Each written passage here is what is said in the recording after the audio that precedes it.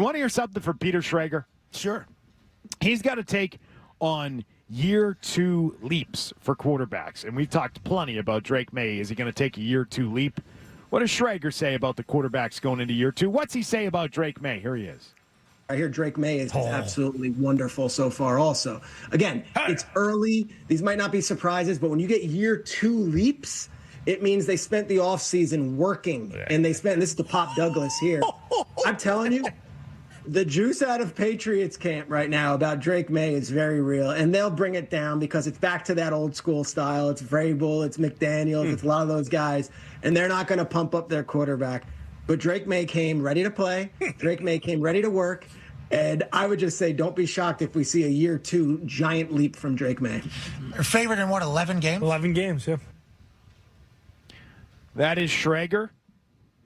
And he believes that there could be a big year 2 leap for Drake Maye. Could make the biggest year 2 leap, which brings me back to something we were talking about with Jim Miller yesterday. What's his competition? Jaden Daniels had a great year 1. Yeah. So he's having a hell of a camp, I heard. I'm sure he is, but the looks unbelievable. year 2 leap for him, I mean, he had such a great year 1. It's already established. That he's established something that the leap won't be as great from Drake Maye was 1-10. Right. 1-9. 1-9. Excuse me. And Jaden Daniels was in the NFC title game. I mean, a little different season. What's the leap if you're Jaden Daniels? Winning the Super Bowl? If you're making the big year 2 leap? I would say, what's his competition? Caleb Williams in Chicago. The word out of Chicago is not good. It's not good on Caleb Williams. So who is he competing with for best year 2 leap of quarterbacks? Is it Caleb Williams and Bo Nix? Is it Michael Penix? Who are we talking about for that year 2 leap? Well, those are the guys, right? Like J.J. McCarthy obviously didn't play last year, coming back in Minnesota. But those 2 guys that you mentioned would be it. I would put my money on Drake Maye. You? Yeah. Especially with the surroundings. Better offensive line, another weapon on the outside in Diggs, and Josh McDaniels. It all makes sense. Yeah. In a lot of ways, I'm happy to think that the Patriots ended up with that 3rd pick and didn't have much of a decision at quarterback 2 years ago. That Denver game, flying home for Christmas game, they could have had a better pick. In some ways, I'm happy they didn't end up with the number 1 pick that year. Because you look back on that now, they would have taken Caleb Williams if they had ended up with the number 1 pick, like a lot of teams would have, right?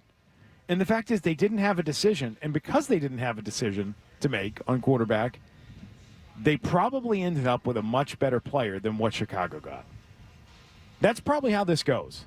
How about what Jim Miller told us yesterday that out in Denver, Sean Payton didn't even have Caleb Williams on his board as far as quarterbacks that he wanted. Didn't even look at him, had no interest in him, had him off the board. Nope. And he was right. But I don't think based the on Patriots, what we've seen. I don't think the Patriots organization was like that. No, I don't.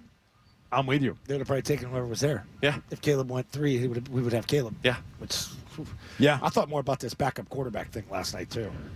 So I looked real Can we quick. wait on that for 1 second? Yeah. Can we just go back to this? Sure. Remember when the Patriots were floating the idea of trading that pick, that 3rd overall pick? Mm-hmm. How disastrous would that have been had they moved on from that pick? Well, based on the way the rest of the draft went, an absolute disaster. Unmitigated disaster.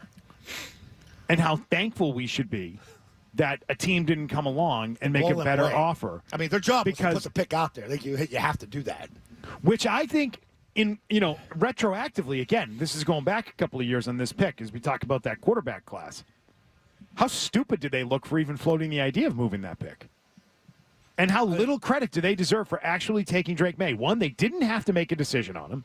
Number 1, he was the 3rd quarterback. They had the 3rd pick. And number 2, they had even flirted with the idea of trading the pick. So that tells you that there wasn't this strong belief in Drake Maye being the guy that could lead their franchise. Which means I want to blame the Patriots for getting the pick wrong, even though they ended up with the right guy. Can I do that? No, I just did. I just did it. Why were you guys floating the idea of moving that pick? That's your job. But if you felt great about Drake Maye, which they should have, And I think we're at a point now where, yes, what do you call it? Like the juice or the vibe or whatever it is out of Patriots training camp is real. Drake Maye's gotten better as a player. What you're seeing in this camp, he looks better than he did when he was on the field in games last year. Drake Maye is continuing to get better. He is going to make a big year 2 leap. And every time he gets better, I'm going to say, how silly were the Patriots for thinking about moving that pick? How silly was that they were trying to take calls on that thing? Listening to the Giants, I believe it was, who really wanted Drake Maye. Like, the fact that they picked up the phone, they didn't know he was going to be this good. They didn't feel this strongly about him. And they didn't even make a decision on him. This is my long way of saying, Elliot Wolf, is he still here today? He's still running things? Yes. And that's all. And I'm looking forward to this because I think that pick this year is only going to look better and better. And Caleb Williams in Chicago is going to be a guy that we constantly compare him to, along with Jaden Daniels. That's only fair. Yeah. But the first pick in that draft is going to look bad. And the 2 guys that are going to come out of that draft are going to be picks 2 and 3. It's going to be Daniels, and it's going to be this guy. I am not a Bo Nix guy. Not a huge believer in Bo Nix. I think he could be a starting level guy in the league. I don't think he's a star. Sorry. No, I'm with you on that. And I like Michael Penix as well, by the way. Don't know what he's going to be. I think Nix not as convinced on him. I think Nix is like a Bailey Zappi. I think he's that level. A little bit better. Oh, he's better than Bailey Zappi. You can't Bailey Zapp. Bailey Zappi's barely a player in the league. Is Zappi even on a team this year, or is he in a camp somewhere? Kansas City. He's still Is there? he still there? Yeah.